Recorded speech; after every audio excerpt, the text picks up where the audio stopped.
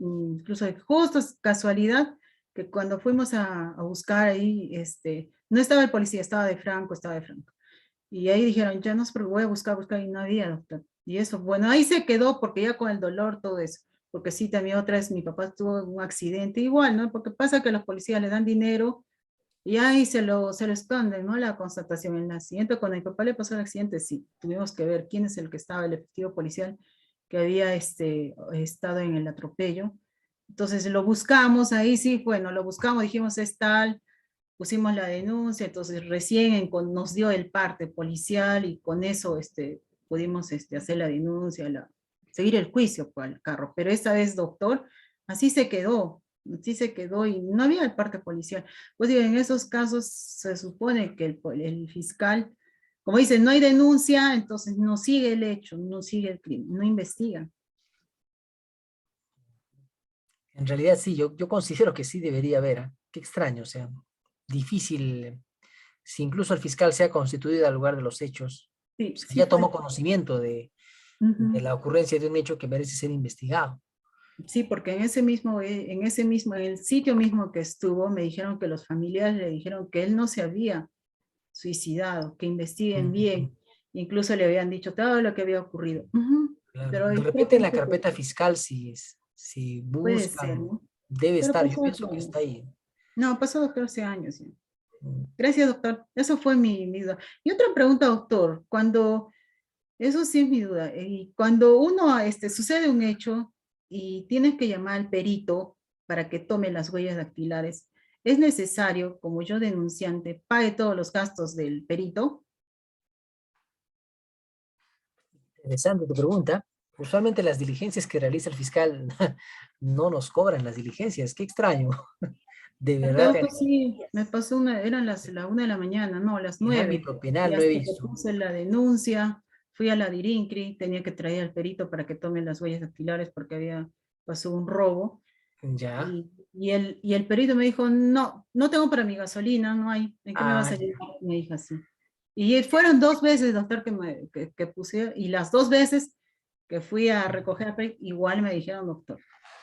Eso ya son otras cuestiones, ¿no? Que no están recogidas, reguladas, arregladas Y y que no para deben poder yo realizarse. intentar realizar y decirle, ¿sabes qué? Según la ley, la norma, ¿de dónde busco, doctor? Porque he tratado de preguntar y no me dicen. Es que no existe eso que nos estás contando de tu experiencia concreta y que Ujú. debe suceder mucho seguramente o poco de repente, no lo sé, no tiene regulación. O sea, los oficiales de policía no debieran de exigir ningún tipo de pagos por ese tipo de actividades que son en realidad diligencias ordenadas por el fiscal para el esclarecimiento de los hechos. O sea, es como me digan a mí que yo tengo que pagar la necropsia y cosas así que realmente no corresponde hacerse, ¿no? O sea, ¿Y dónde me quejo, doctor? Porque yo soy ya ahí caserita está. de los Usos y malos. costumbres, dice de David. Ajá. Sí, pues son usos y costumbres, ¿no? Algunos Ujú. usos malos y costumbres malas. Bueno, está pues la Defensoría, ¿cómo se llama esta oficina? La Inspectoría de la Policía, ¿no? La Oficina de Inspectoría de la Policía es la encargada de investigar, de sancionar ese tipo de comportamientos que no son correctos, evidentemente, ¿no? Que no son, que sea práctica usual es Sí. otra cosa, ¿no? Que se pida gasolina y eso es cierto, es otra cosa, ¿no? Pero que sea un requisito para que se realicen investigaciones, bueno, eso ya es otra cuestión. Alain creo que había preguntado, levantó la Sí, mano. doctor. Ujú. Profesor, quería contarle un caso ya. Ya, hace unos años compré un terreno ya, que me dijeron propiedad privada y yo en ese momento no tenía conocimiento de nada. Ahora sí se puede decir que tengo mucho más conocimiento, ¿no? No sabía qué es registro público, no sabía qué es una escritura pública, apenas sabía qué es un contrato de compraventa. Entonces me lo hicieron como un pollito, ¿no? O sea, todo inocente me agarraron, ¿ya? Pero luego averigué que era una estafa. Entonces, yo siempre tenía una curiosidad de profundizar en el conocimiento, en la materia en que me vea, y he tenido un perfil de ir siempre por la vía documentaria. O sea, ¿no? Si quiere un olfato, así. Entonces, 4 personas nos organizamos que nos estafaron, ¿no? Uno iba a la prensa, yo averiguaba los documentos, otro organizaba gente, no sé, y otro tenía otra función. Recuerdo que le averiguamos mucho al señor. El señor había invadido, porque en esa época, en 3 lugares de Arequipa, 500 hectáreas en total, en 3 escrituras públicas. Le saqué la SUNAR, que era presidente en ese momento de 4 asociaciones de vivienda. Allí sumaban hectáreas, más de 500 hectáreas, prácticamente una ciudad, había invadido en todo lugar. Le sacamos por internet que había formado como 20 asociaciones en el pasado, que ya había sido desalojado. Le sacamos de lo que es Procuraduría del Gobierno Regional, que los terrenos, gran parte de los terrenos que ya le habían investigado, era propiedad del gobierno regional. O sea, su secretaria, que se había peleado con él porque lo había engañado a su hermano, también nos dio información que él había hecho actas falsas de constatación, porque por prescripción por 10 años, o sea, pasa a propiedad, pero él había hecho actas falsas con notarios y nos dijo los nombres: Limer Silla y Caballero Laura, a quienes se había pagado dinero para que le hagan actas de constatación de posesión anteriores a la fecha del momento que habían ido, 4 años antes, 5 años antes, pagándoles una cantidad de dinero. Entonces, fíjese toda esta estructura delictiva y la cantidad de pruebas que habíamos acumulado. Fuimos a ver a la Fiscalía de Prevención del Delito, que dijo que esto era algo espantoso, ¿no? En primer lugar, invadir 500 hectáreas del Estado, falsificar actas, trabajar con notarios corruptos, engañar a la gente, tener antecedentes, tener 4 asociaciones. En sus asociaciones él mismo se vendía al mismo. Él formaba una asociación con su nombre y se la vendía a otra asociación que tenía otro nombre, donde él también era presidente. O sea, hacía cosas hasta ridículas. Y entonces lo pasó al fiscal penal. ¿Qué pasó? Entonces fuimos a ver al fiscal penal de un tiempo y se había desaparecido todo el file. Por eso yo digo, profesor, se había desaparecido todo el file. Y solo habían quedado 4 hojitas, porque pasamos más de 200 hojas, presentamos. O sea, la prueba era para meterlo preso, pero ya no, es porque había sobreabundancia de pruebas. Y quedaron como 4 hojitas. Y el fiscal penal ha dicho, solamente hay 4 hojitas. Y comenzó a atacarnos. A nosotros que éramos los estafados. Comenzó a atacarnos. Entonces nosotros dijimos, nosotros en ese momento yo era absolutamente ignorante en materia legal. Ahora yo me hubiera defendido de manera diferente, ¿no? Entonces ¿qué hicimos? El señor nos dijo, le vamos a devolver su dinero a ustedes y se desiste. Ya pues nosotros dijimos, ya para qué evitarnos problemas. Si estamos viendo que hay tanta corrupción, que el fiscal está actuando de manera ya descaradamente corrupta, no. Entonces, ya porque nos vuelven nuestro dinero y nos desistimos, ya está. Y hicimos eso, lamentablemente. Eso pasó, doctor. Por eso yo le digo que a mí me consta que sí hay corrupción. Y hay corrupción no solamente de fiscal. Fiscal, hay redes de corrupción, profesor. Fiscales con policías, porque la secretaria nos decía que trabajan con policía, porque la secretaria habló. Nos dijo que trabajaban porque su tío había financiado al alcalde. Y el alcalde también lo protegía. Que también trabajaban con policías, que policías lo protegían, que trabajaba, que su abogado tenía contactos en el Poder Judicial con fiscales corruptos. Entonces, era toda una red de corrupción que trabajaba también con notarios corruptos. O sea, era una red de corrupción. Por eso yo digo que hay bastante corrupción, profesor. Yo lo he visto con mis propios ojos. Hemos investigado, prácticamente yo he hecho la investigación, por eso digo que tengo un poco de olfato para investigar.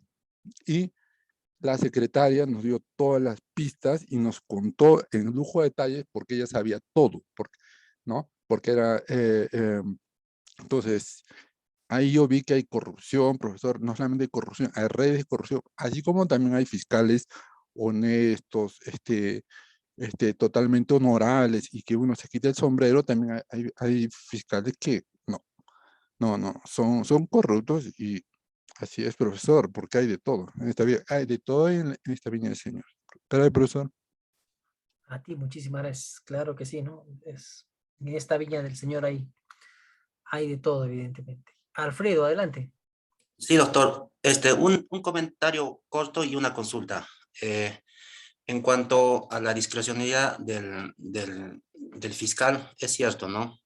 Porque es pues el abogado del Estado, ¿no? El director de la investigación. En cuanto a las diligencias preliminares, tanto es así, doctor, que el mismo Código Procesal Penal también lo manifiesta, que puede pasarse etapas, ¿no? Por ejemplo, si las actuaciones, el fiscal ve conveniente obviar la formalización de la investigación preparatoria, se puede saltar, ¿no? A la acusación. O sea, se puede pasar a la etapa intermedia con el juez de investigación preparatoria y puede acusar directamente. Sin embargo, acá viene la duda. Eh, Se sabe muy bien que tiene que reunir todos los presupuestos que se requería para formalizar la investigación preparatoria. Entonces, si así se cumple, por ejemplo, un delito, de repente se ha identificado, se ha individualizado a los imputados, hay elementos reveladores que tales de convicción, elementos probatorios, etcétera. Todo ello se configura en todos los delitos, o sea, todos los presupuestos es tal como prescribe el artículo 336, o adicionalmente hay un presupuesto, por ejemplo, hay veces, ¿no? Por ejemplo, en la prisión preventiva, el delito tiene que ser más de 4 años, ¿no? Si no me equivoco, más de 4 años. Entonces, también tiene que haber, para todos los delitos se configura, delitos, por ejemplo, de bagatela y también delitos, por ejemplo, que tienen una penalidad un poco alta, ¿no? Por ejemplo, homicidio calificado, que las penas son más altas. Entonces, eso era mi duda, doctor. Bien, evidentemente, ¿no? La prisión preventiva, claro que sí, tiene una serie de requisitos, de presupuestos, independientemente del tipo de delito. Lo mínimo son los fundados y graves elementos de convicción que vinculen al sujeto con la comisión del hecho ilícito, que haya prueba, está suficiente. Fundados y graves elementos de convicción. El segundo requisito es la prognosis de pena, que el delito sea sancionado, ahí está, con una pena no menor de 4 años de pena privativa de la libertad, ¿no? O sea, eso es la prognosis de pena. Y el tercer presupuesto tiene que ver con el peligro de fuga, peligro procesal, ¿no? Peligro de fuga, peligro de obstaculización, etcétera. Y hay además un cuarto presupuesto que la casación Moquegua y otras más, y la casación Arequipa, creo, ha precisado, que tiene que ver con la proporcionalidad, ¿sí? La proporcionalidad de la medida, ¿no? Que sea una medida idónea, que sea una medida necesaria y que sea una medida proporcional en sentido estricto. O sea, si copulativamente concurren estos presupuestos, se dará la profundada la prisión preventiva. Si más bien falta alguno de estos presupuestos, lógicamente no concurrirá mérito para declarar fundada una prisión preventiva y sí para declarar quizá una comparecencia con restricciones o una comparecencia simple. Cualquier tipo de delitos que cumpla estos requisitos puede ser pues pasible de ser sancionado bajo el ámbito de la prisión preventiva, cualquier tipo de delitos. Usualmente los delitos de bagatela, por la penalidad que se impone, no, no son merecedores de la prisión preventiva. Un delito de conducción de vehículo motorizado en estado de ebriedad, o sea, no va con una prisión preventiva. Difícilmente un juez de la investigación preparatoria podría declarar fundada una prisión preventiva para investigar este tipo de delitos. Un delito de autoaborto, por ejemplo, tampoco. Un delito de omisión a la asistencia familiar, prisión preventiva, o sea, tampoco, ¿no? O sea, no amerita, porque faltaría el último presupuesto, ¿no? O sea, no hay proporcionalidad en la medida, quizá, en ese aspecto, mi estimado. Sí, doctor, disculpe. No, está bien, muy bien lo que usted manifiesta de la prisión preventiva. Yo me refería a la otra figura, a la acusación directa. Ah, ya. Sí, o sea, la acusación directa, el fiscal, o sea, estando en diligencias preliminares, se puede saltear, ya no puede formalizar la investigación preparatoria. Puede acusar directamente, se puede ir a la etapa intermedia, juez de investigación preparatoria. Entonces, yo me decía la pregunta, acá el Código Procesal Penal dice, ¿no? Hay unos presupuestos, por ejemplo, los mismos que se tiene que dar en la formalización de la investigación preparatoria. Por ejemplo, los elementos reveladores, medios probatorios, convicción, etcétera, etcétera. Y lo que yo me refería, doctor, es si aparte de estos presupuestos, hay de repente la punibilidad. O sea, ¿se confirma para todos los delitos o solamente para los delitos graves, ¿no? Porque en sí, la norma solamente eso está prescrita, pero de repente, ¿no? En la jurisprudencia puede haber, Claro. de repente solamente es para penas, para delitos que tienen penalidad más alta, ¿no? Esa No, sería interesante cuestión. Ahora te comprendí. Realmente el trámite de la acusación directa solo requiere, básicamente, que haya suficiencia probatoria. Suficiencia probatoria. Ese es el requisito básico, fundamental, para que el fiscal decida irse por esta vía, ¿no? De la acusación directa. Si hay suficientes elementos de convicción que ya han sido allegados durante las diligencias preliminares o hasta incluso durante la etapa de investigación preparatoria formalizada, o sea, uno puede presentar acusación directa cuando ya incluso se ha formalizado la investigación, hasta 30 días antes, si no me equivoco, de la formalización de la investigación preparatoria, uno puede formular acusación directa. Ahí está. El requisito básico es que haya suficientes elementos de convicción que vinculen al imputado con la comisión del hecho ilícito y resulten necesaria ya realizar pues más actos de investigación, o sea, materialmente formalizar una investigación preparatoria. De a eso va. La norma no señala que solamente algunos delitos puedan irse por esta vía. En realidad, cualquier tipo de delito puede irse por esta vía, ¿no? Desde un delito sencillo hasta un delito de crimen organizado, ¿no? Si el fiscal tiene todos los elementos de prueba, pues podría saltarse por esa vía, pero hay que tener cuidado, ¿no? Porque esa es una de las estrategias que tiene el fiscal, así como el proceso inmediato, ¿no? El proceso inmediato obviamente se aplica para delitos mucho más sencillos, en trámite, y también tiene ciertos presupuestos. Igual la acusación directa.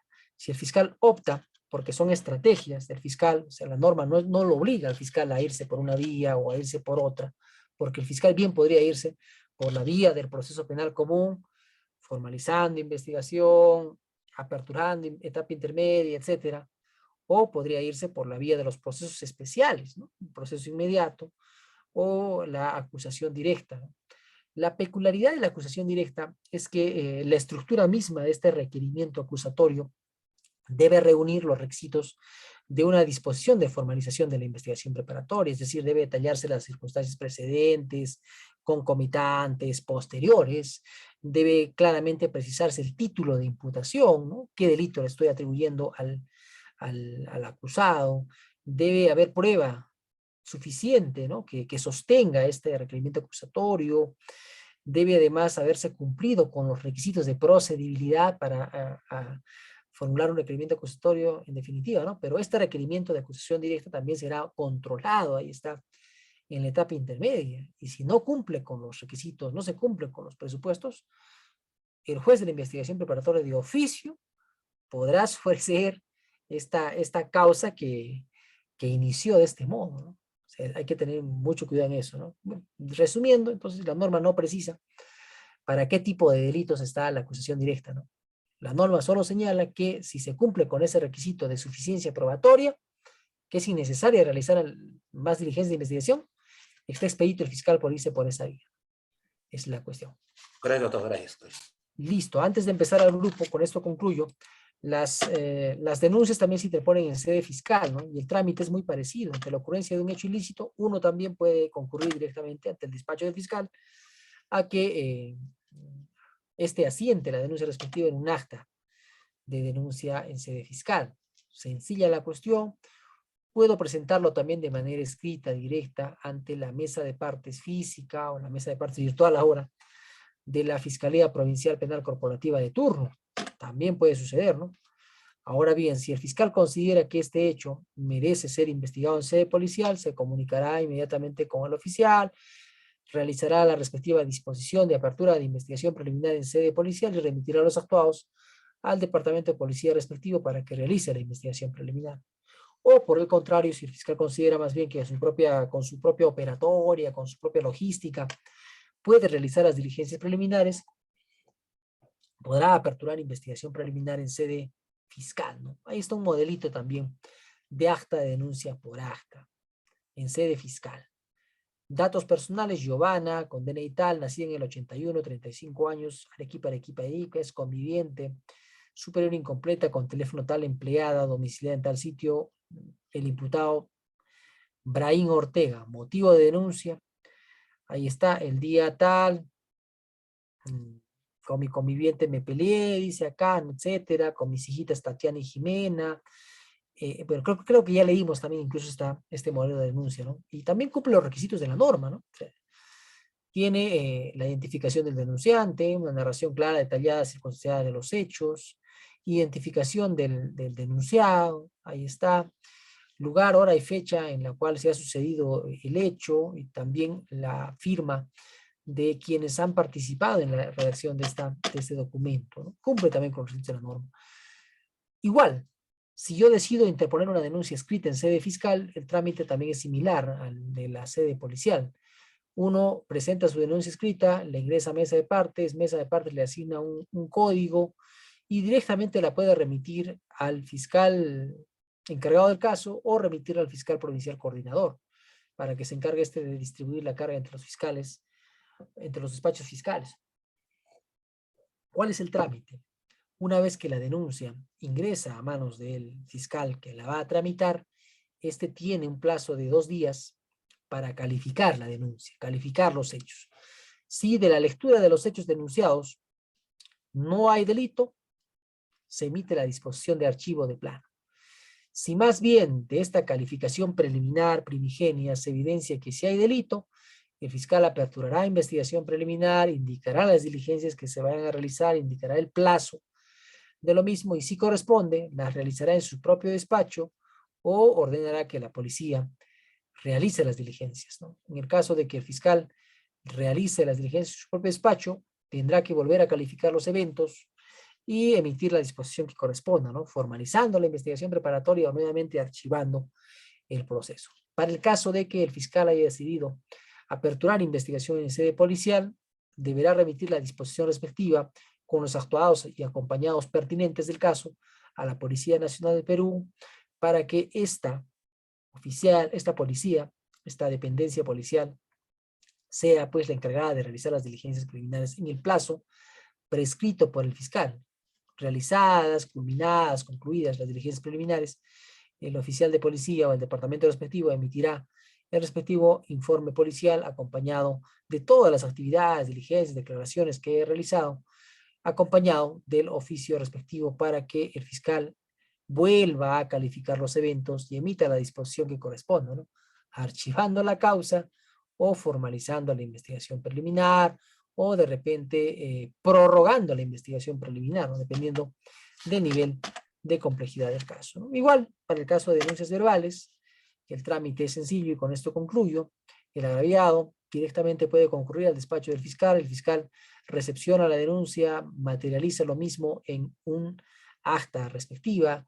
Si hay la necesidad de realizar diligencias preliminares, en ese mismo acto se comunicará con la policía y le remitirá a los actuados pertinentes. Si no, obviamente el trámite continuará ingresando la denuncia a mesa de partes, asignándole un código y finalmente será un fiscal quien deberá de dar trámite a la misma. Un modelito de acta de denuncia verbal, y aquí concluyo, en sede fiscal.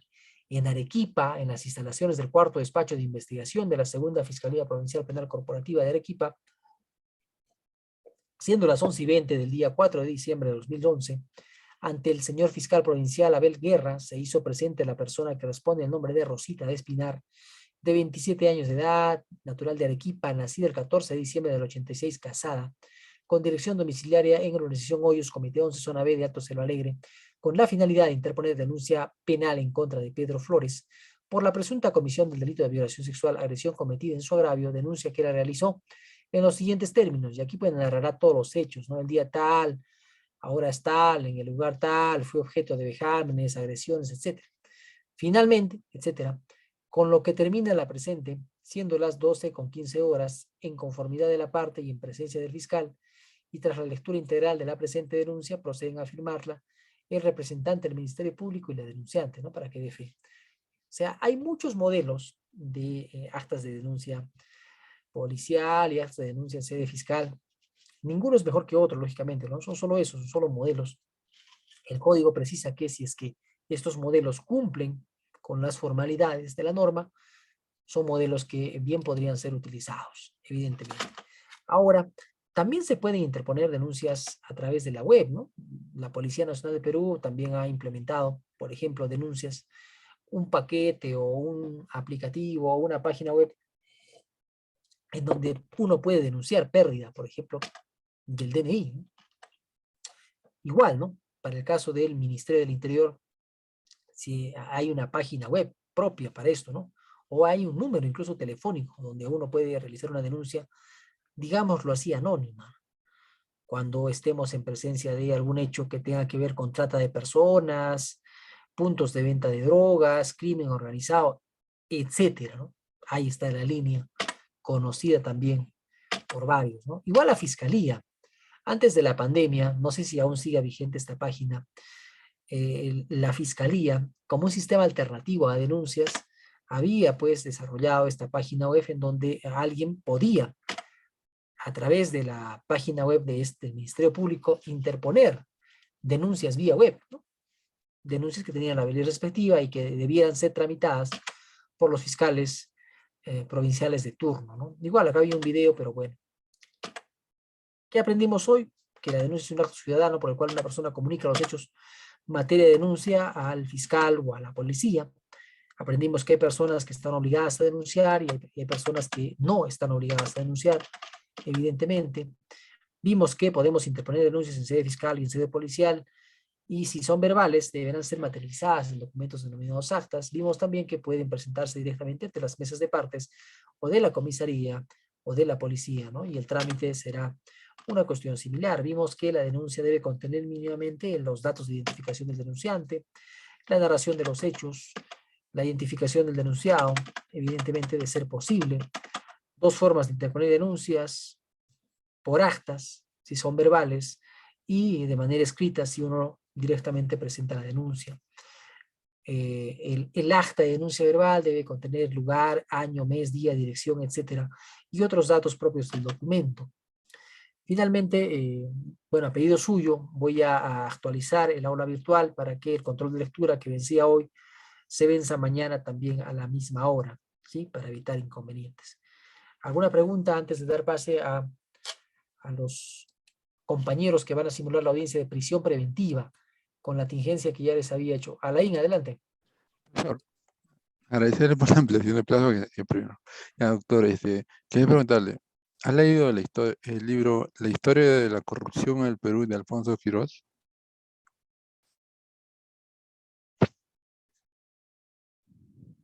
No he tenido el placer.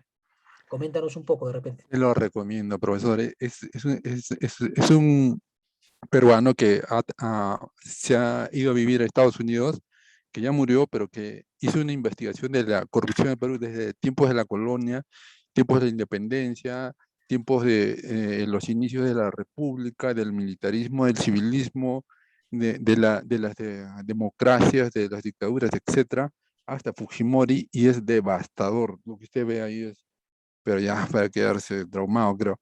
Todos los datos que pone, o sea, es increíble. Se los recomiendo. Historia de la corrupción del Perú de Alfonso Quirós. Háganselo, está en PDF, está en internet y es muy aleccionador, muy, muy aleccionador. Te abre mucho los ojos cómo se mueve la política y se los recomiendo a todos los compañeros, profesor.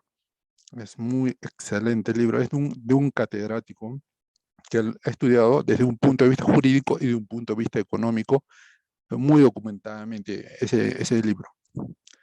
Y está en internet. Busquen Historia de la corrupción en el Perú de Alfonso Quirós. Gracias, profesor.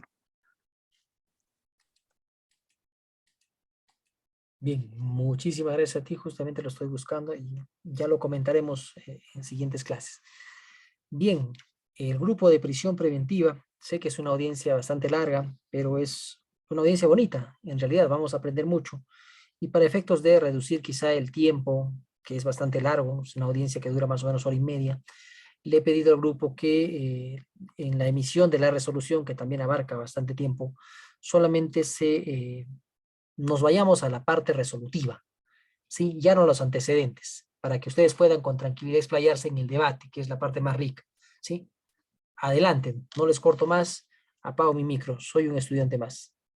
Los escucho. Doctor, buenas noches, compañeros. A continuación vamos a realizar la simulación de audiencia de prisión preventiva. La imputación es la presunta comisión de homicidio simple en grado de tentativa. Agraviado Jefferson Ramos López, demandado Ronaldo Calla Santos.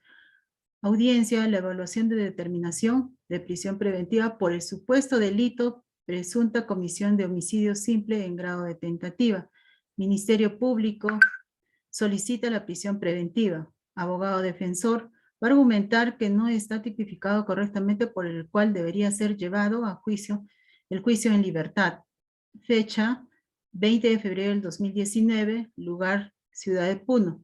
El fallo es la presunta comisión del delito contra la vida, el cuerpo y la salud en su modalidad de homicidio y en su forma de homicidio simple en grado de tentativa.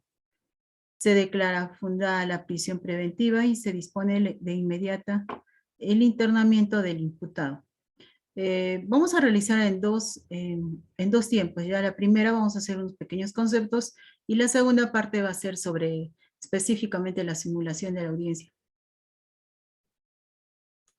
Los integrantes del grupo son Annalí Rivera Colunga, José Luis Peña Gutiérrez y la que habla Jesús Aneli Hualpa. La prisión preventiva es una figura jurídica, ¿no? Que esta se encuentra regulada en el artículo 268 del Código Procesal Penal. En esta se van a prescribirse los presupuestos materiales que van a determinar si la prisión preventiva se puede imponerse o no. Definiendo la prisión preventiva, es una privación legal de la libertad impuesta sobre una persona como una medida de precaución. Se toma esta medida con el fin de garantizar que cumpla la efectiva investigación del delito al que se le ha vinculado al imputado, asimismo su juzgamiento y su eventual cumplimiento en la pena. La finalidad. La prisión preventiva tiene como última finalidad asegurar el éxito del proceso. Asimismo, esta se va a establecerse, ¿no? Que no se trate de una medida punitiva, ya que mediante ella no se va a adelantar, ¿no? una opinión respecto a la culpabilidad del imputado en el ilícito que es materia de acusación. Características de la prisión preventiva. Tenemos tres características. Una, que es una medida excepcional. Es decir, que esta es en donde el magistrado la va a usar solo en casos especiales. Antes de responder a esto, deberá analizar la posibilidad de que se exista otra forma de asegurar que el imputado esté presente durante todo el proceso, ¿no? Esta forma es tomada de forma alternativa, ya que necesariamente va a resultar menos gravosa. Y como segundo elemento tenemos que es una medida provisional, es decir, que se tiene un tiempo determinado de duración. Normalmente el código establece que es de 9 meses, en casos especiales van a ser de 18 meses. Esto se debe principalmente a que la prisión preventiva no es otra cosa más que una restricción de un derecho fundamental como es de la libertad. Asimismo que es una medida variable, ya que puede ser reemplazada por otra que sea mucho menos gravosa. Y esto es a causa de que alguno de los presupuestos cambie durante el lapso del tiempo de la prisión, como es en los suficientes elementos de convicción. Y eso, ¿qué se debe hacer? Para eso los magistrados deben de buscar, ¿no? La medida que resulta ser menos gravosa para el imputado. Presupuestos. Los presupuestos están descritos en el artículo 268 del Código Procesal Penal. Como primer presupuesto es que deben de existir fundados y graves elementos de convicción. Aquí se evidencia que los elementos de convicción a los que hace alusión la norma no solo deben vincular al imputado con los hechos delictivos, sino que además estos deben ser necesariamente graves y fundados, ¿no? Es decir, que no solo se van a tratar de indicios que conlleven a creer, ¿no?, que el magistrado, que el imputado es responsable de los hechos, sino que estos deben de crear cierto grado de probabilidad. En sí, la ley no establece, ¿no?, taxativamente cuál es el grado de convicción que van a generar estos elementos de convicción, pero sí establece que deben ser totalmente suficientes para que se justifique la restricción del derecho a la libertad del imputado. Como segundo elemento tenemos que la sanción a imponerse sea superior a 4 años de pena privativa de la libertad. Para ello es necesario que en la evaluación de ese requisito no solo se va a verificar el tipo de penas que establece como una sanción, que sea mayor a 4 años, sino que el magistrado debe necesariamente evaluar si realmente el sujeto recibirá una pena mayor o igual a la que establece la norma. Pero también podría, ¿no?, la posibilidad de que al momento en que se le expida la sentencia, sea por debajo del mínimo legal. Entonces, ello es necesario que se debe realizar un mejor análisis de la pena. Como tercer elemento tenemos el peligro procesal. Dentro del peligro procesal tenemos dos figuras, ¿no?, que normalmente se da, es el peligro de fuga y el peligro de obstaculización. El peligro de fuga se refiere al arraigo, ¿no?, está en el país del imputado, el cual va a ser determinado por el domicilio, la residencia habitual, el asiento de la familia y de sus negocios, o bien sea del trabajo, y las facilidades para abandonar definitivamente el país o permanecer el imputado oculto. Como segundo tenemos la gravedad de la pena que se espera como resultado del procedimiento. Asimismo tenemos la magnitud del daño causado y la ausencia de una actitud voluntaria del imputado para repararlo. Y también tenemos que el comportamiento del imputado, ¿no?, que durante todo el procedimiento, en la medida que indique su voluntad de someterse a la persecución penal. Asimismo, tenemos que la pertenencia del imputado a una organización criminal o sea reintegración o su reintegración a la misma. Dentro del peligro de obstaculización es necesario que el peligro sea concreto y no abstracto. Lo que va a suponerse es que el riesgo que ha de derivar de la realización por parte del imputado de conductas determinantes deben revelar su intención de suprimir las pruebas. Para ello, para calificar el peligro de obstaculización se va a tener en cuenta el riesgo razonable, ¿no?, de que el imputado va a tener. Ante ello, destruir o modificar o ocultar o suprimir o incluso falsificar, ¿no?, los elementos de prueba. Así también tenemos que van a influir para que los coimputados o testigos o peritos informen falsamente. Y otros también podría ser, ¿no?, que induzca a otros a realizar tales comportamientos. La duración de la pena. Ahora, la duración y prolongación de la prisión preventiva, estos están estipulados en el artículo 272 y 274 del nuevo Código Procesal Penal. La prisión preventiva tiene sus límites, ¿no? Y por ello vemos en la prisión preventiva, en casos simples, en procesos simples, no va a durar más de 9 meses. En procesos complejos, el plazo límite de prisión preventiva va a ser de 18 meses. Y para los casos de criminalidad organizada, el plazo de la prisión preventiva no va a durar más de 36 meses. Y para los casos de los procesos en el que de la prolongación de la prisión preventiva, para los casos comunes es hasta 9 meses adicionales. Y para los procesos complejos directos son hasta 18 meses. Y en los casos de criminalidad organizada son de 12 meses.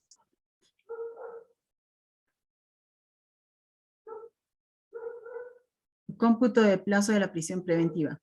El artículo 275 del Código Procesal Penal introduce, ¿no?, en las normas precisas que para efectuar el cómputo de los plazos de prisión preventiva, se va a disponer que no se tendrá en cuenta para el cómputo de los plazos el tiempo en que la causa sufriera, ¿no?, dilaciones maliciosas atribuibles al imputado de la defensa. Además, el legislador ha realizado ciertas previsiones, ¿no?, de cómo hacer el cómputo de plazo cuando se hubiera declarado la nulidad en todo lo actuado.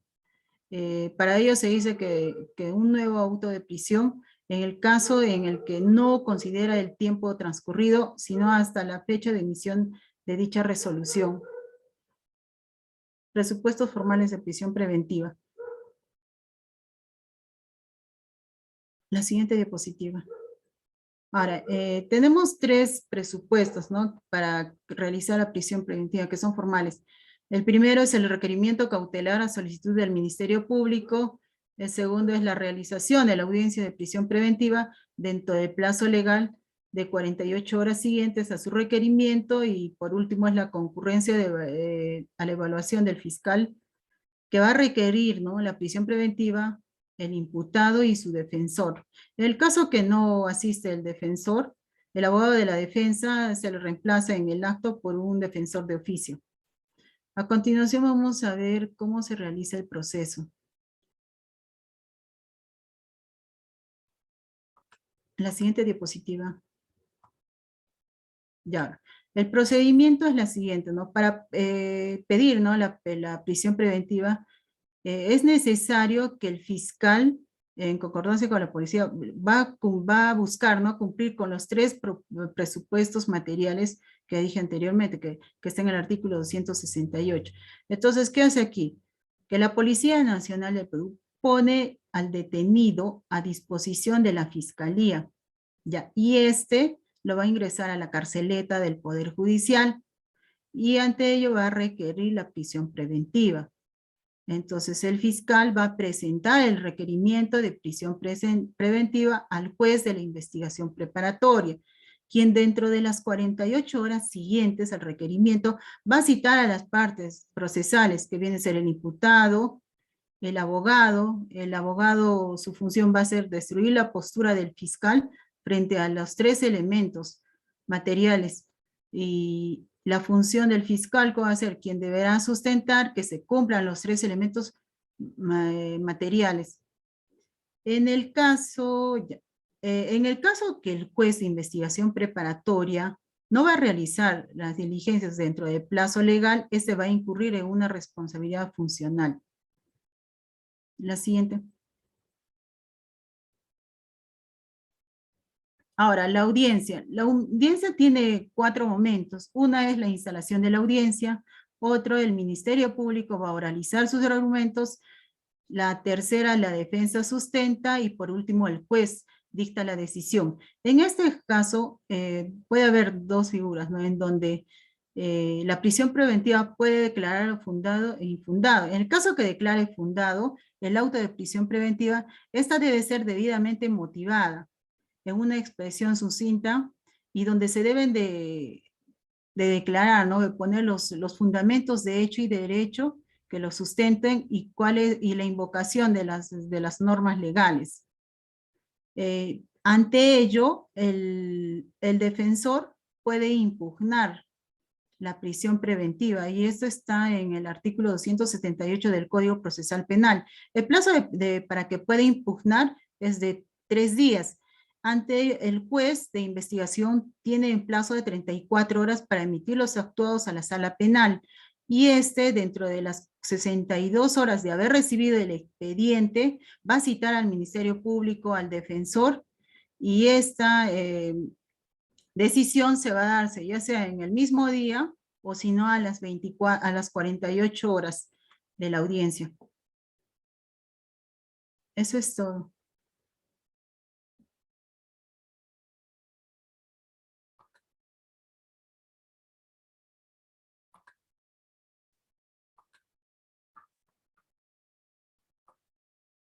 Ya, a continuación vamos a iniciar con la audiencia de prisión preventiva.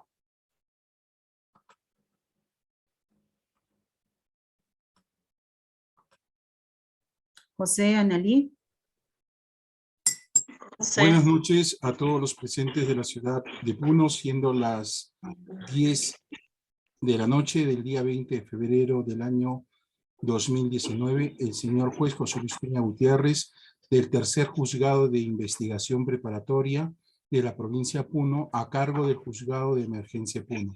Se enlaza a través de la plataforma Google Meet con la finalidad de llevar la audiencia virtual de prisión preventiva solicitada en el expediente 2019-545, proceso penal seguido en contra de Ronaldo Calla Santos, por la presunta comisión de delito de homicidio simple en grado de tentativa en agravio de Jefferson Ramos López, representado por su señora madre, Ana María López Mamani. Se deja constancia que la presente audiencia está siendo registrada en un sistema de audio y video conforme así lo establece el inciso 2, artículo 361 del Código Procesal Penal y el artículo 26 del Reglamento General de Audiencias, interviniendo como especialistas del sistema de audio la abogada Mirta Vázquez. Señora asistenta, sírvase dar parte si se encuentran todas las partes procesales, por favor. Señor juez, buenas noches. Sí se encuentra la defensa técnica de parte procesada, el representante del Ministerio Público, el procesado Ronaldo Caya Santos y el agraviado Jefferson Ramos López, representado por su señora madre, Ana María López Mamani. Bien, gracias. Para efectos de registro, solicitamos se acrediten las partes procesales, empezando por el Ministerio Público. Buenas noches, señor magistrado. Y buenas noches las partes del proceso y a todos. Por el Ministerio Público, la letrada Jesús Aneli Walpolín, fiscal de la Segunda Fiscalía Corporativa Penal de Puno, con domicilio procesal en Girón Teodoro, Valcárcel, número 118, correo electrónico fiscaliaspj@gmail.com y número de contacto RPC 95 91 53 58. Muchas gracias, señor magistrado. A continuación, sírvase acreditarse la defensa del señor Ronaldo Caya Santos.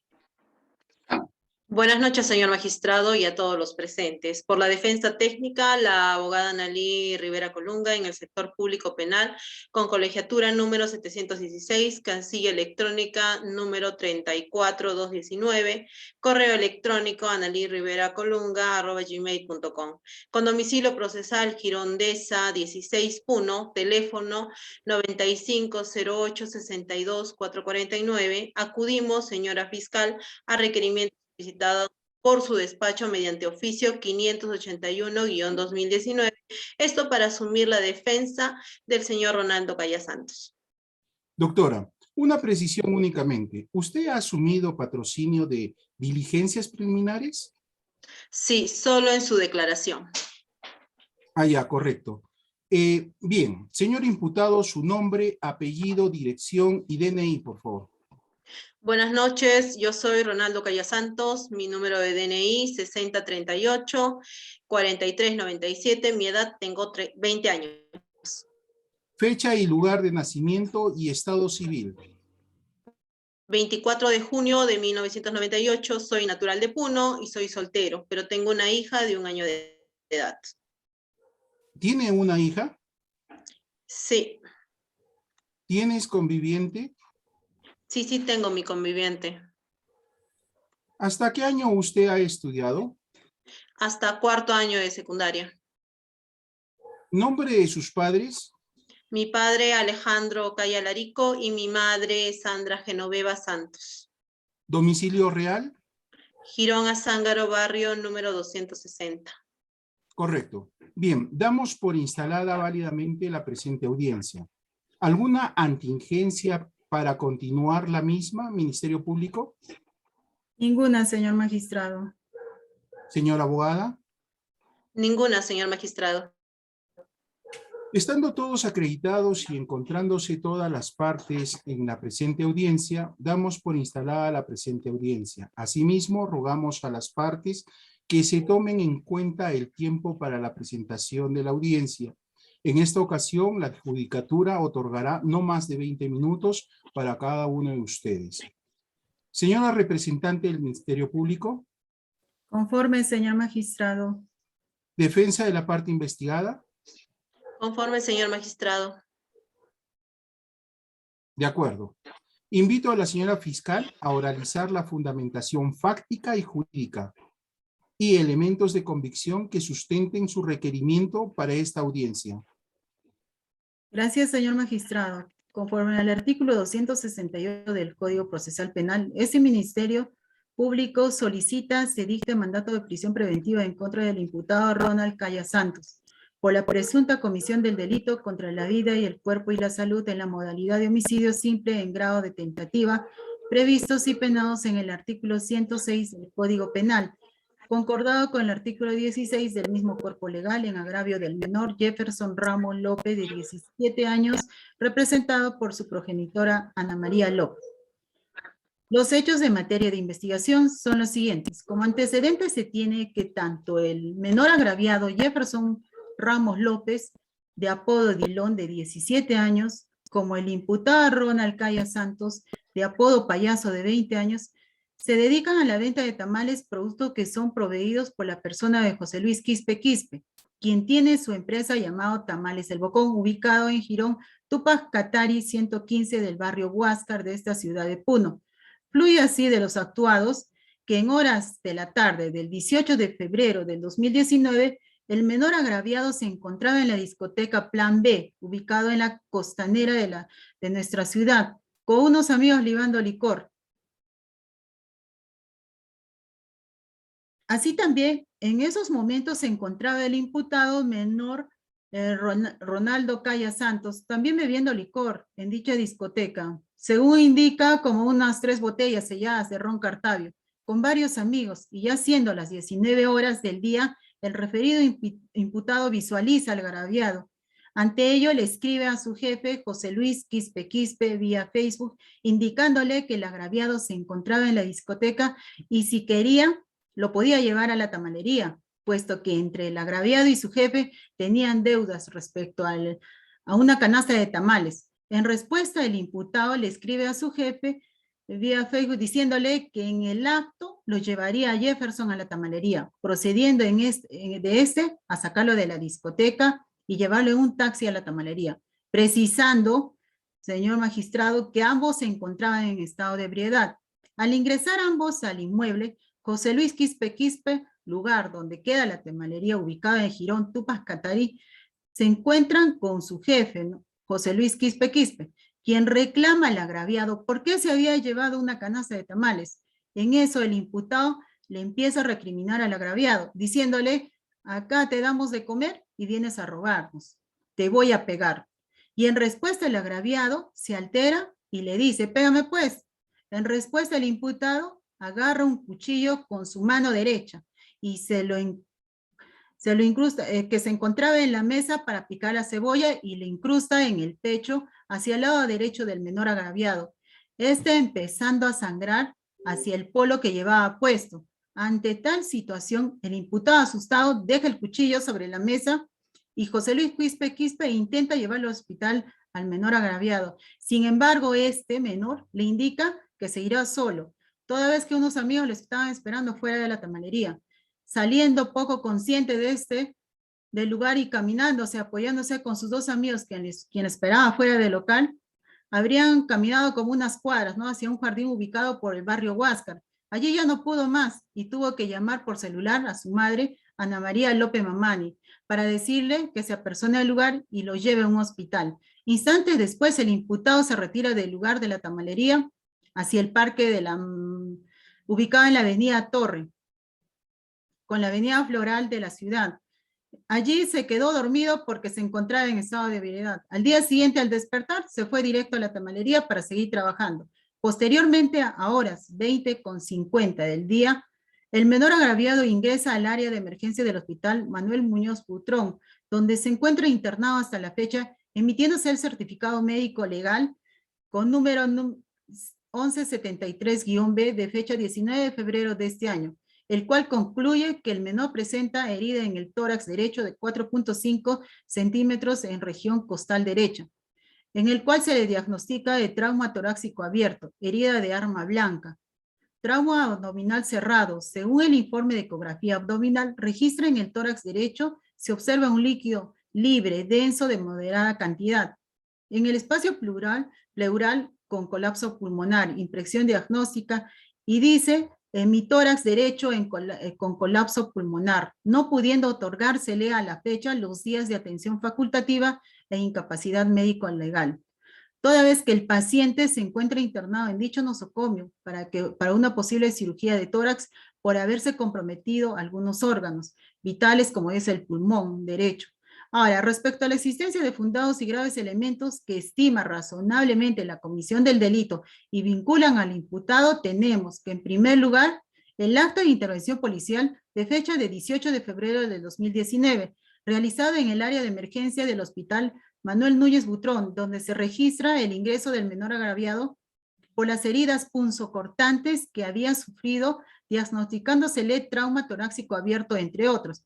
También tenemos el acta de entrevista personal al menor agraviado, Jefferson Ramos López, quien narra la forma y circunstancias cómo fue apuñalado a la altura del pecho por parte del imputado Ronald Caya Santos, cuando se encontraba en la tamalería ubicada en Girón Tupac Katari 115 del barrio Huáscar. También tenemos el certificado médico legal número 1173-B, y ha señalado las lesiones que éste padece a la fecha. También tenemos el acta de intervención policial de 19 de febrero de 2019, donde se deja constancia de la intervención del imputado Ronald Caya Santos en la tamalería, cuando se disponía a salir a trabajar en la venta de tamales.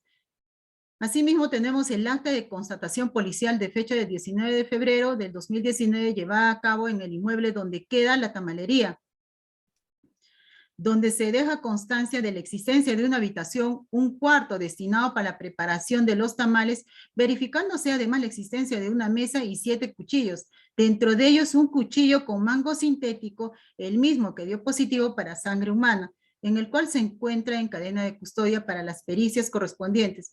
Igualmente tenemos el acta de recepción y lacrado, donde se recepcionan las prendas de vestir del menor agraviado para las pericias correspondientes. Tenemos también la declaración testimonial de Ana María López Mamani, en su calidad de madre del menor agraviado, de fecha 19 de febrero del 2019, que refiere que el día de los hechos, siendo las 8:30 de la noche, recibió una llamada por celular del menor, quien indicó que se encontraba malherido y sangrado, motivo por el cual le pedía que lo recoja del jardín ubicado en inmediaciones del barrio Huáscar y lo lleve al hospital. También tenemos la declaración testimonial de José Luis Quispe Quispe, de fecha 19 de febrero de 2019, quien narra la forma y las circunstancias cómo el imputado le apuñaló al menor agraviado a la altura del pecho con un cuchillo que se encontraba en la mesa y servía para picar la cebolla para la venta de tamales. Tenemos también 3 vistas de los mensajes enviados vía Facebook entre Ronaldo Caya Santos y José Luis Quispe Quispe, de fecha 19 de febrero del 2019, donde ambos concuerdan que el imputado debía llevar al menor agraviado a la tamalería para que este último arregle sus problemas de deudas con su jefe José Luis Quispe Quispe. Tenemos también el certificado de antecedentes penales correspondientes al imputado Ronaldo Caya Santos, el cual indica que registra antecedentes penales por el delito de hurto agravado en el expediente número 4472-2018, por el primer juzgado de investigación preparatoria de Puno, siendo sentenciado de fecha 31 de diciembre de 2018 a una pena efectiva y convertida a 92 jornadas de trabajo comunitarios, que en estos sobra en folios 36. Y por último, tenemos la declaración del imputado Ronaldo Caya Santos, de fecha 19 de febrero del 2019,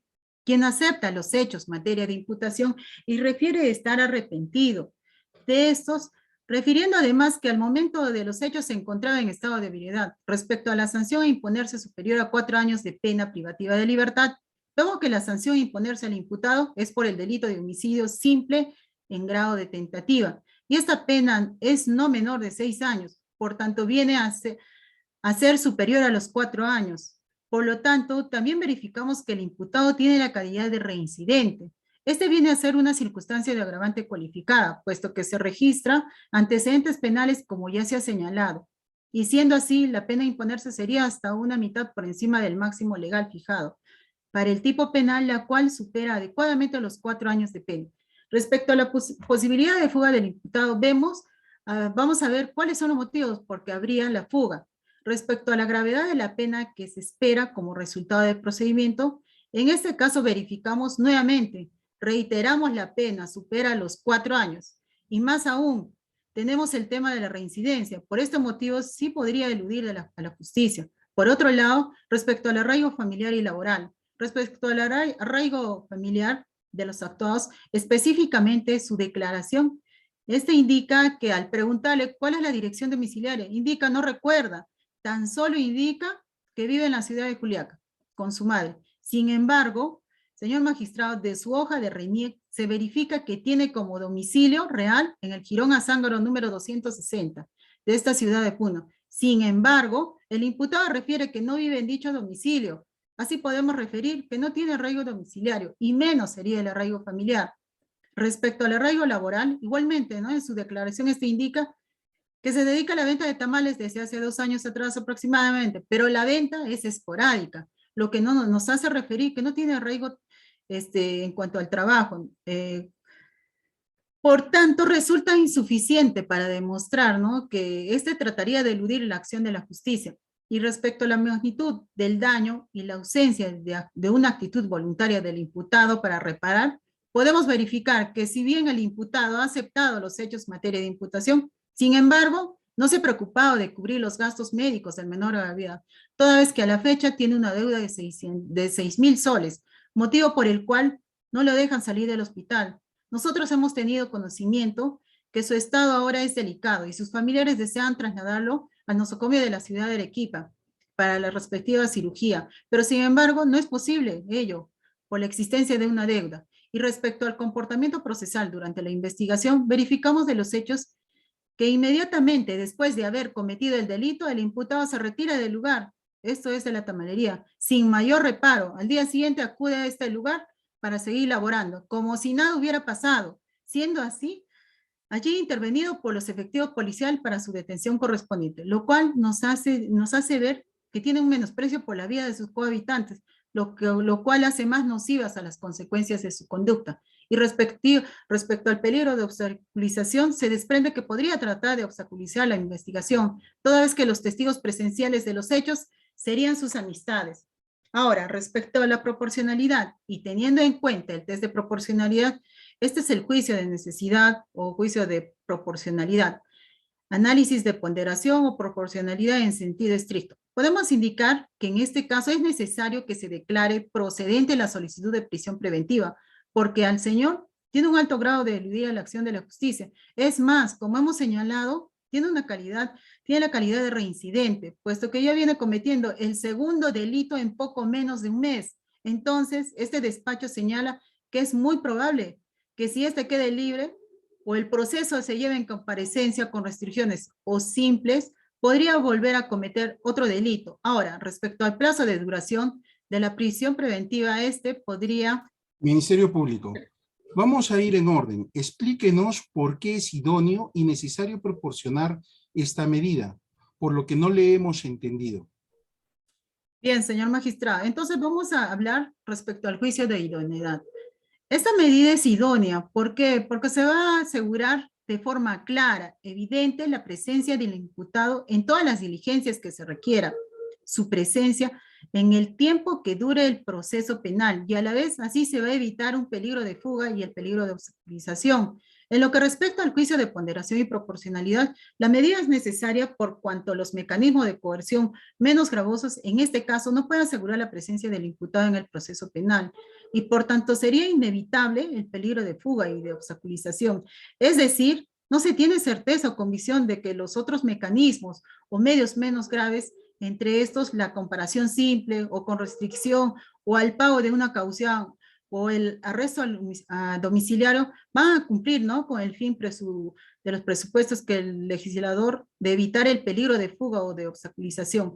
Ahora, respecto al análisis de ponderación o proporcionalidad, en ese sentido estricto, en este caso, si bien es cierto que afecta en gran medida fundamental la libertad, también es que mucho mayor es el grado de satisfacción de las razones o supuestos que exigen privar esa libertad, dado, como vuelvo a repetir, el imputado tiene calidad de reincidente. Por lo tanto, en el presente caso debe dictarse la medida de prisión preventiva en contra del imputado, pues si bien va a producir, ¿no?, la afectación de su derecho a la libertad, sin embargo, mayor será el beneficio ante ello, que conlleva, pues no solo se estaría eliminando la posibilidad de fuga y obstaculización de la actividad probatoria, sino también se estaría asegurando la efectiva de una eventual condena. Además, se estaría priorizando el interés públicamente perseguido de que las causas penales se resuelvan de manera célere y eficaz. eliminándose además la posibilidad de que el imputado lesione los bienes jurídicos de tercero. Ahora, respecto al plazo de duración de la prisión, de este despacho solicita que sea el plazo de 7 meses. ¿Por qué?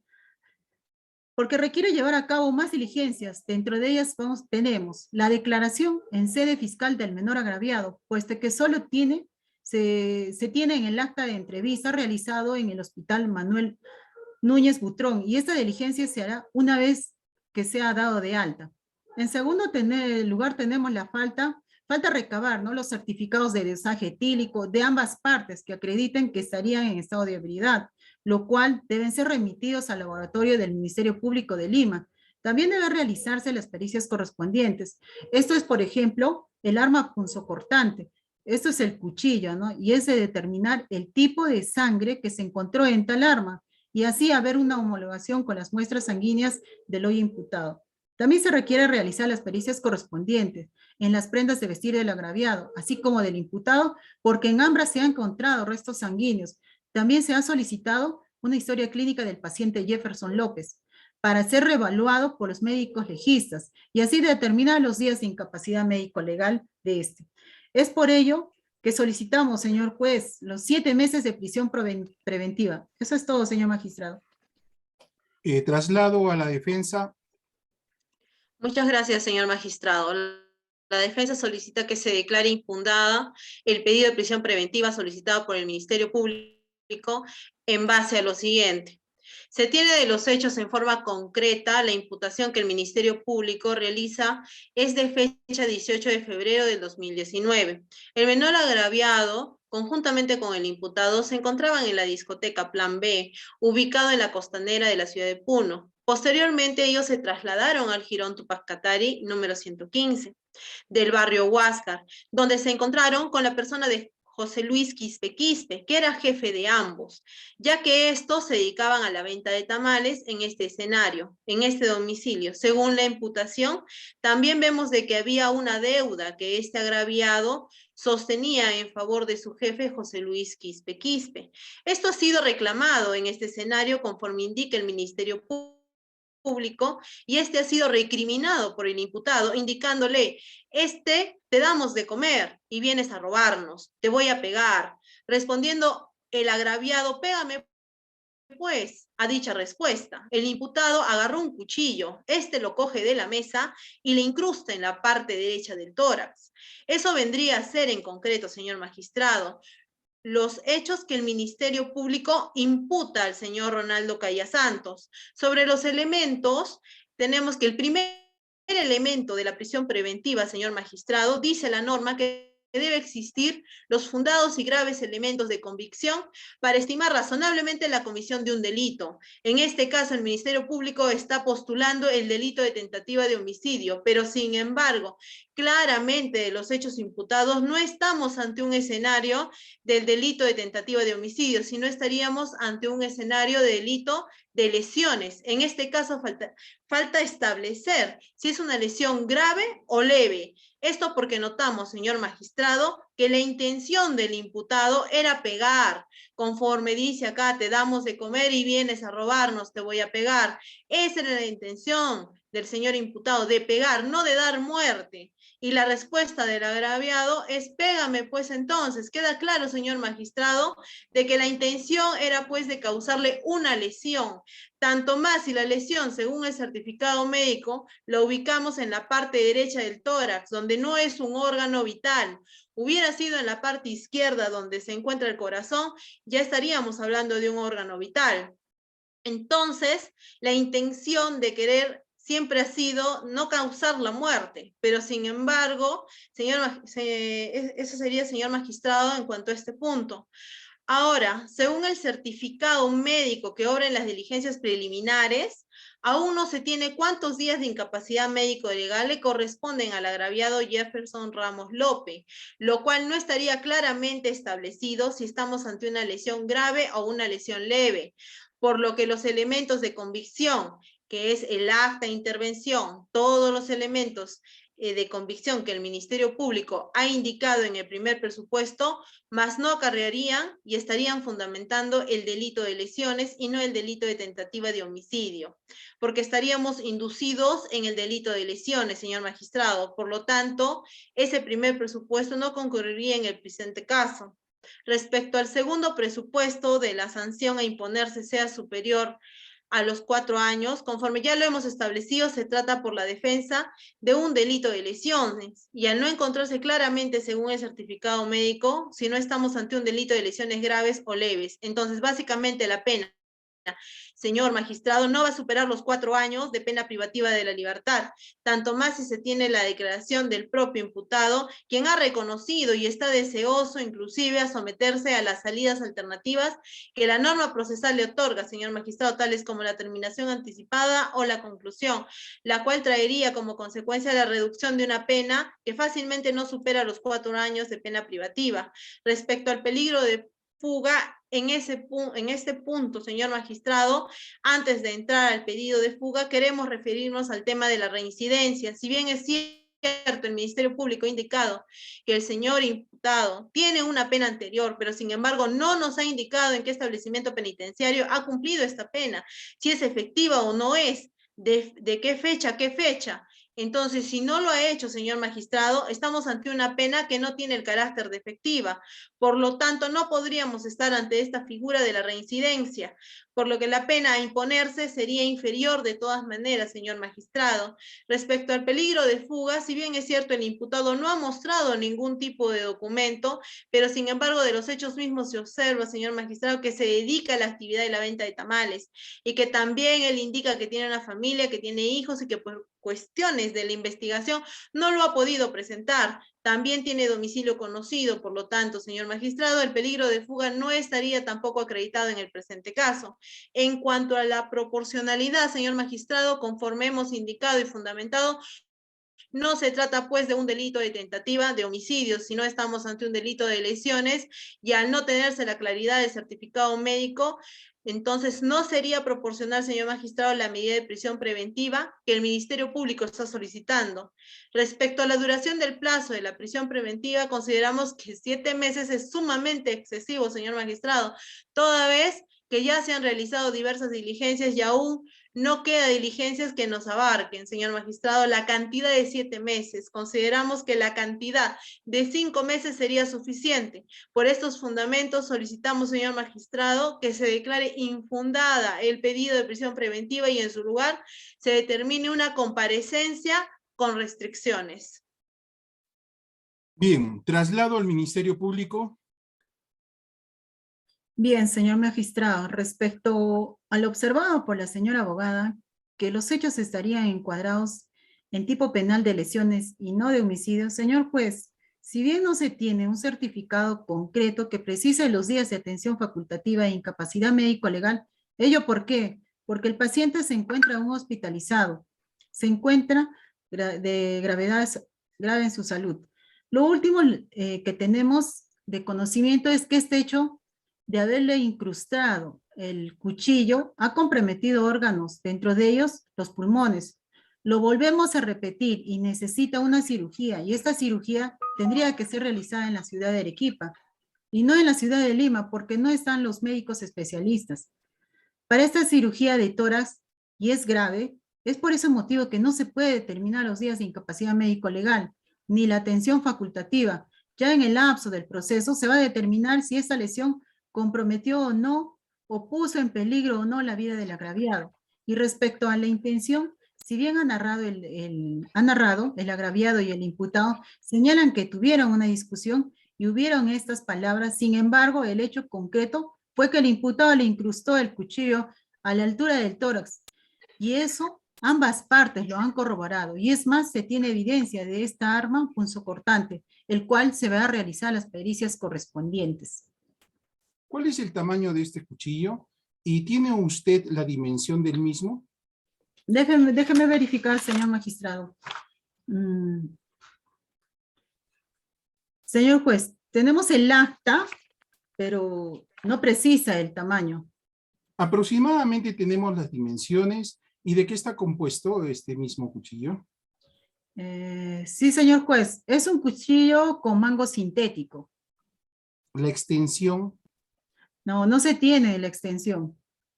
más o menos, No, señor juez, pero sí se tiene que la herida sería de 4.5 centímetros. Así lo ha determinado. ¿se refiere a la herida de ingreso específicamente? Efectivamente, la herida en tórax derecho de 4.5 centímetros en región costal derecho. Bien, continúe, por favor. Sí, señor magistrado. Ahora, respecto a que la pena en este caso supera los 4 años, señor juez, tenemos que tener en cuenta que el señor anteriormente ya había cometido el delito de hurto agravado y fue sentenciado el 31 de diciembre del 2018 a una pena efectiva convertida a 92 jornadas, y así también lo ha señalado el imputado. Además indica que tan solamente ha cumplido 4 jornadas de trabajo y le faltan por cumplir el resto del saldo de las jornadas. Entonces, vemos que es proclive, ¿no?, a la comisión de los delitos dolosos. Es más, al momento de preguntársele la dirección domiciliaria, indica que no recuerda. Entonces, ¿cómo podemos precisar? Es más, se ha querido realizar la constatación domiciliaria, no se puede llevar a cabo las tal diligencias, porque no nos quiere precisar dónde está ubicado su domicilio. Entonces, en este caso, el Ministerio Público presume que quiere eludir a la justicia. Señor juez, y si bien nos ha dicho que tiene carga familiar, tiene una pequeña hija de 1 año aproximadamente, sin embargo, tampoco nos ha dicho que tiene conviviente, o menos nos ha relatado cuál es la dirección domiciliaria de su pareja. Por todo ello, señor juez, creemos que es procedente la medida de prisión preventiva. Ahora, respecto al plazo de prisión preventiva, si bien solicitamos 7 meses, señor juez, es porque las pericias que se van a realizar van a ser en la ciudad de Lima y no se van a realizar en la ciudad de Puno. Por ello, entre la ida y venida que se realicen las pericias y el regreso de estas, de los informes periciales, va a demorar el tiempo para ello. Es por ello que solicitamos, señor juez, nuevamente el plazo de 7 meses. Señora abogada, ¿tiene usted una contraargumentación? Sí, respecto al plazo, señor magistrado, si bien es cierto, el Ministerio Público indica que las pericias se van a realizar a la ciudad de Lima, sin embargo, se debe tener en cuenta que el señor imputado está sumamente arrepentido y ha reconocido los hechos. Entonces, no habría motivo para esperar tanto el resultado de las pericias, simplemente eso. Bien, consulte con su patrocinado si requiere decir algo al juzgado. ¿Sí o no? Sí, señor magistrado. Buenas noches, ante todo, señora fiscal, señora madre del agraviado, familiares, todos. En esta noche me siento totalmente arrepentido porque el Dilón era mi amigo. No sé por qué lo hice, estaba borracho, no me acuerdo cómo lo hice.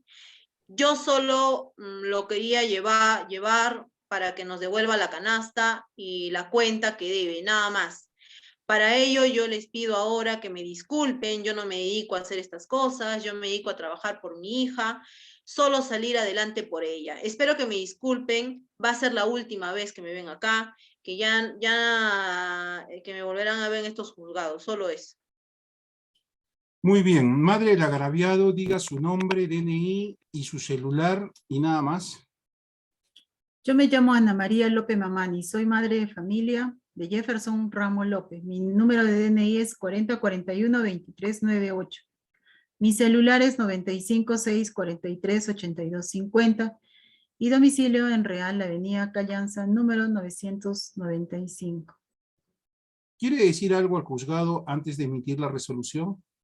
Sí, señor juez, yo quiero que se le tenga la prisión preventiva porque mi hijo ahorita se encuentra grave, está en trauma shock, ahorita estoy endeudada, no puedo tramitar y los médicos tampoco le cubre todo el seguro.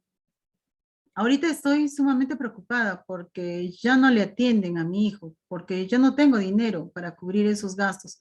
Ahorita él está en trauma shock, está con oxígeno y no se recupera. Conforme a lo que nos ha indicado, el Ministerio Público habría afectado el pulmón. Cierto, el pulmón y ahorita requiere un cirujano cardiovascular, no se encuentra aquí y están buscando probablemente llevarlo a Lima o a Arequipa. Ahí sí están los cirujanos. Dado por cerrado el debate, vamos a emitir la resolución. Asistente del juzgado, lea por favor la resolución número 02-2019. Resolución número 02-2019, Puno, 20 de febrero de 2019. Parte expositiva, vistos y oídos y considerando. Requerimiento de prisión preventiva requerida por el Ministerio Público en contra de Ronaldo Caya Santos por la presunta comisión de homicidio simple en el grado de tentativa previstos en el artículo 106 en agravio de Jefferson Ramos López, de 17 años de edad, representado por su madre Ana María López Mamani, por el plazo de 7 meses. Los hechos imputados se resumen que el día 18 de febrero de 2019, en horas de la noche, el imputado Ronaldo Caya Santos, cuando se encontraba en el jirón Tupac Katari 115 del barrio Huáscar, le habría incrustado un cuchillo con su mano derecha en el pecho, en el lado derecho, al menor agraviado Jefferson Ramos López, producto del cual fue auxiliado y llevado al hospital, siendo que conforme al certificado médico legal 1173-B de fecha 19 de febrero, se concluye que el agraviado presenta una herida en el tórax derecho de 4.5 centímetros de región costal derecha, diagnosticado de trauma torácico abierto y herida por arma blanca, trauma abdominal cerrado. Según el informe de ecografía abdominal, registra incidentalmente en el tórax derecho se observa líquido libre denso en moderada cantidad en el espacio provocado y también un colapso pulmonar y con inspección diagnóstica en mi tórax derecho con colapso pulmonar.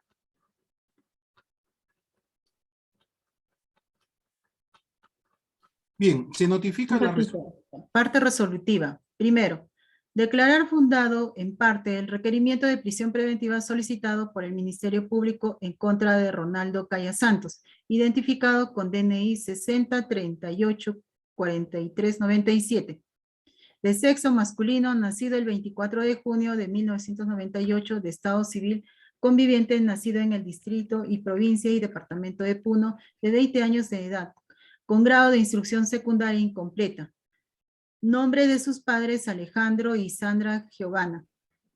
Con domicilio real, cito, Girón Azángaro, número 260 de la provincia y departamento de Puno. Respecto al proceso penal seguido en su contra, como presunto autor de la presunta comisión del delito contra la vida, cuerpo y salud, en su modalidad de homicidio, en su forma de homicidio simple en grado de tentativa, previsto y sancionado en el artículo 106 del Código Penal, concorde con el artículo 16 del mismo cuerpo legal, en agravio de Jefferson Ramos López, representado por su progenitora Ana María López Mamani, e infundado respecto a la concurrencia del peligro procesal únicamente en el extremo de peligro de obstaculización. Segundo, dicto mandato de prisión preventiva en contra del imputado Ronaldo Caya Santos, identificado con DNI número 60384397, presunto autor de la comisión del delito homicidio simple en grado de tentativa, previsto y sancionado en el artículo 106 del Código Penal, concordante con el artículo 16 del mismo cuerpo legal,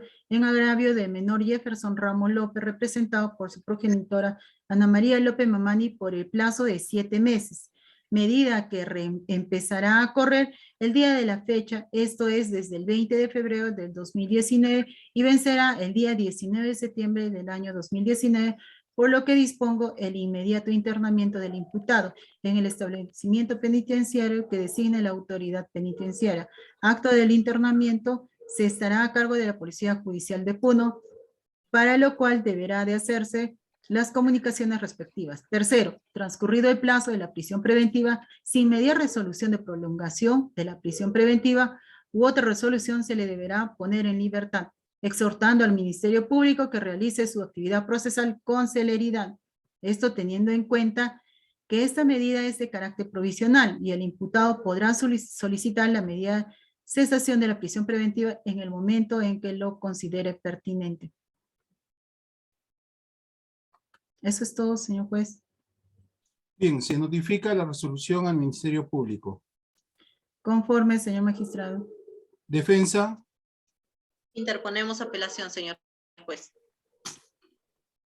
Por interpuesto el recurso de apelación señalado, se concede el plazo para su fundamentación bajo apercibimiento de ser declarado inadmisible. De no hacerlo, será rechazado y de no cumplir los presupuestos será declarado improcedente. Señor imputado, se le notifica la resolución. Diga por notificado al audio. Por notificado.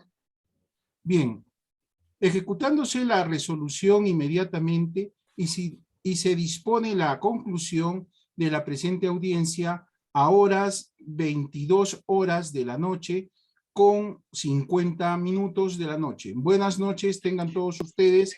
Disponemos al cierre del audio. Gracias. Buenas noches, señor Buenas magistrado. noches, señor magistrado. Gracias. Bien, han dejado alta la valla de la sustentación. Los grupos han venido desarrollando de buena manera estas simulaciones de audiencia. El día de hoy ha correspondido realizar la prisión preventiva. Mi felicitación al grupo, al señor magistrado, que tiene un fondo muy provocativo, muy interesante, muy acorde a la inflexión de la voz, la postura, la indumentaria que han presentado. Habla muy bien de una preparación previa que han venido, yo entiendo, realizando con anticipación para que esto salga de mejor manera. Vamos a la retroalimentación básica en 2 minutos. Señor magistrado, dígame usted qué es lo que ha aprendido en esta sesión de audiencia, concretamente en su papel. ¿Qué rescata de esta simulación de audiencia de prisión preventiva? Y sobre todo lo que me llevo de esta situación de retroalimentación es de que la función del juez en la parte de oralización es llevar tanto a la parte de la fiscalía como a la defensa sobre los preceptos y los principios de lo que se ve en esta audiencia sobre prisión preventiva, ¿no? Y no dejando de que se vayan por otros caminos o se dilaten las argumentaciones, centrando específicamente sobre las percepciones que comentó nuestra compañera Nelly, que tenían que tener marcado las tres pautas, ¿no? Es por eso de que en el fallo de la resolución se da la parte de posible fuga del imputado, pero se desestima la parte de que el imputado pueda alterar alguna prueba, ¿no? Entonces, se le da una parte a razón a la fiscalía y otra parte se le desestima, ¿no? También se le da la oportunidad a la abogada que presente sus alegatos, porque en realidad también hay ciertas carencias en la presentación de pruebas, ¿no? Por ejemplo, determinar si son lesiones graves, determinar si no va a ser tratado por homicidio simple en grado de tentativa, lo pueden pasar a lesiones, aunque el fallo es reconocido en modalidad de homicidio, en su forma de homicidio simple y en grado de tentativa, ¿no? Que es por el cual se enfoca el proceso, ¿no? Y es muy rico en el momento de leer las pruebas, tanto de los atestados policiales, de los atestados que se llaman de los médicos, cómo detallan que se llama cómo perpetró el cuchillo dentro del imputado, pero se olvidan de ciertas partes importantes, ¿no? Cuánto fue la profundidad, si comprometió el pulmón, o solamente fue en la parte de la pleura, cómo se va llenando. Bueno, esto por un poco de conocimiento de anatomía y conocimientos de médicos, puedo entender un poco mejor cómo fue todo el proceso y cómo colapsa el pulmón, ¿no? Pero es bueno de que nosotros como abogados tengamos conocimiento de diferentes especialidades, ¿no? Para poder entender cómo se conllevan los procesos en sí o cómo se producen los incidentes que pueden convertirse en otro tipo de procesos si es que no se entienden en su profundidad, ¿no?